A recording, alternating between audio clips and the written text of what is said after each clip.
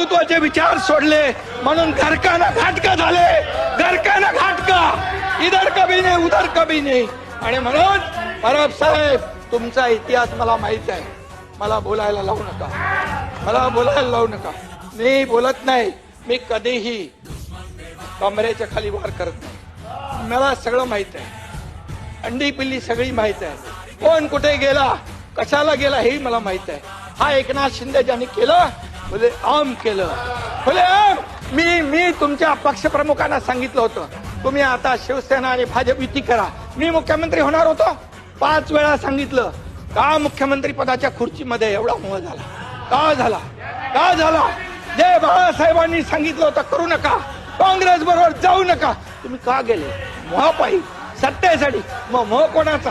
अरे आम्ही तर सत्तेवर लाथ मारली. आम्ही तर मंत्रीपद सोडलं 8 लोकांनी. तुम्ही सोडणार का मंत्रीपद? आम्ही मंत्रीपद सोडलं 8 मंत्र्यांनी. आम्हाला काय माहित होतं की आम्ही काय होणार आहे आमचं. आणि म्हणून आम्ही एकतर लढून जिंकू किंवा एकतर लढून शहीद होऊ, असं म्हणून आम्ही लढलो. तुम्ही आम्हाला काय सांगताय?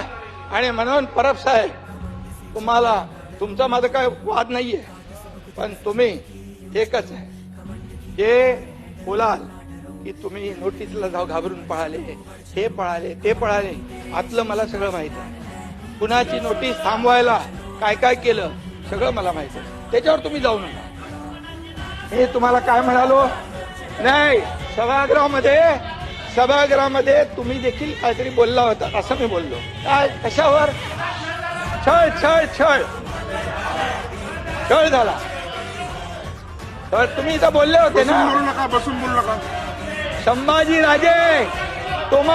संभाजीराजे मी काँग्रेस प्रदेशाध्यक्ष आणि देवेंद्र फडणवीसांच्या बद्दल बोललो की त्यांनी म्हणाले की औरंगजेबासारखा क्रूर प्रशासक मुख्यमंत्री आहेत. मी त्याच्यावर सुरू केलं ते, म्हणजे मी बोललो त्यांचे काय डोळे काढले, त्यांची काय जीभ छाटली, त्यांची काय नख उपटली, त्यांची काय कातडी सोडली. काय केलं देवेंद्र फडणवीसांनी, मुख्यमंत्र्यांनी काय केलं? सोलायला पाहिजे होती. आणि मग मी म्हणालो आणखी कोणाचा तुमचाही छळ झाला. तुम्ही जेव्हा उठायला उभे राहिले तेव्हा मी बोललो तुमचाही छळ झालाय का?